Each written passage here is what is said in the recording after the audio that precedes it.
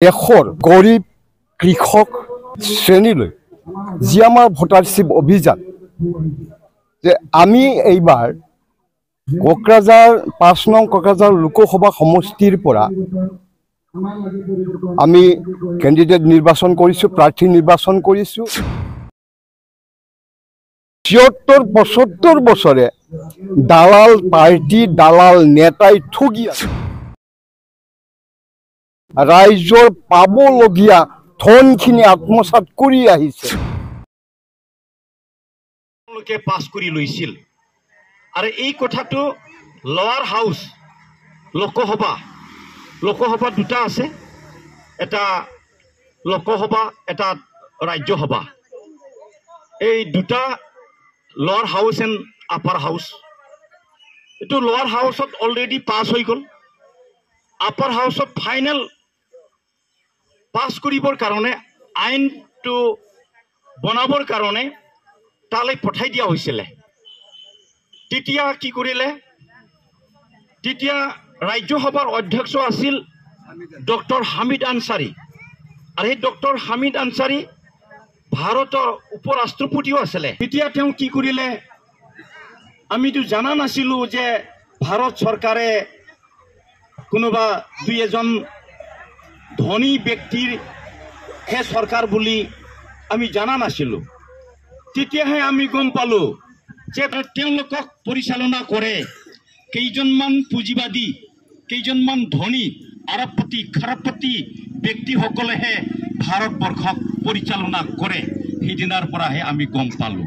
আমি ইয়াত মানে দেশৰ গৰীব কৃষক শ্ৰেণীলৈ যি আমাৰ ভোটাৰশ্বিপ অভিযান যে আমি এইবাৰ কোকৰাঝাৰ ৫ নং কোকৰাঝাৰ লোকসভা সমষ্টিৰ পৰা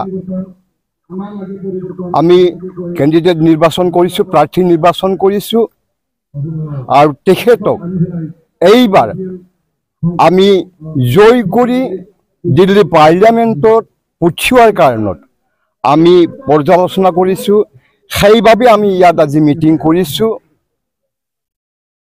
আৰু স্বতঃস্ফূৰ্তভাৱে ৰাইজে ওলাই আহিছে নিজৰ অধিকাৰ বিচাৰি, যাক আমি ভোটাৰশ্বিপ বুলি কৈ আছোঁ। সেই উদ্দেশ্যে আমি ইয়াত আজি নিৰ্বাচনী সজাগতা সভা পাতিছোঁ। আমি ৰাইজৰ যিটো অধিকাৰ, আজি ৭৬-৭৫ বছৰে দালাল পাৰ্টি দালাল নেতাই ঠগি আছে, ৰাইজৰ পাবলগীয়া ধনখিনি আত্মসাৎ কৰি আহিছে। এই ধনখিনি দালাল পাৰ্টি দালাল নেতাৰ পৰা আজৰি অনাৰ কাৰণত আমি এই সংকল্প লৈছোঁ। ইয়াতেই আমি ললিত পেগু ছ'চিয়েল মিডিয়া বন্ধুসকল, আপোনালোকক মই সন্মান জনাইছোঁ। আমি ভোটাৰ্ছ পাৰ্টীয়ে ঠাই ঠাই এনেকৈ ভোটাৰ সজাগতা মিটিং কৰিছোঁ, কাৰণ আজিলৈকে অধিকাৰৰ বিষয়ে ভোটাৰসকলে জানিব পৰা নাই। সেইটো কাৰণে আমি ভোটাৰসকলৰ আগত আমি জনাই আছোঁ, ভোটাৰ পাৰ্টি হিচাপে ভোটাৰসকলে কি অধিকাৰ পাব লগা আছে। এতিয়াতো কেৱল ভোট দিয়াৰহে মাত্ৰ অধিকাৰ পাইছে, আচল অধিকাৰটো পাবলৈ বহুত বাকী আছে। এইটো কাৰণে আমি ভোটাৰসকলক জনাই আছোঁ। আমাৰ লিডাৰ ৰাজ্যিক কমিটি, জিলা কমিটি আৰু ব্লক কমিটিবিলাকৰ লিডাৰে প্ৰচাৰ কৰিব। কেন্দ্ৰীয় পৰ্যায়ৰ আজি যিটো নেকি আৰ্থিক আজাদী পৰিসংঘত সভাপতি আহিছে, তেওঁলোকে প্ৰচাৰ কৰি আছে।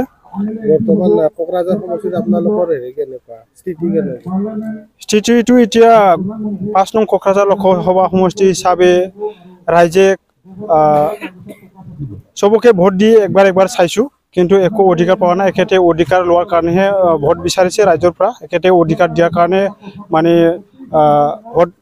অধিকাৰ দিয়াৰ কাৰণে এখেতে মানে ভোট বিচৰা নাই। কেৱল ভোটাৰ্ছ পাৰ্টীয়ে ভোটাৰবিলাকক সমস্যা সমাধান আৰু অধিকাৰ দিম বুলি কৈছে। সেইকাৰণে ৰাইজক মই অনুৰোধ কৰিছোঁ, ভোটাৰ্ছ পাৰ্টি চিলিণ্ডাৰ চহি ভোট দি পেলাই জয়যুক্ত কৰিব লাগে। ৰাইজে অধিকাৰ পাব লাগে আৰু পৰিৱৰ্তন হ'ব লাগে ৰাইজে।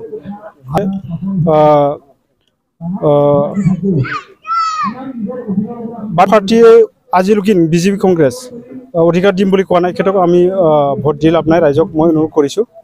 এইখিনি মই ক'ব লগা।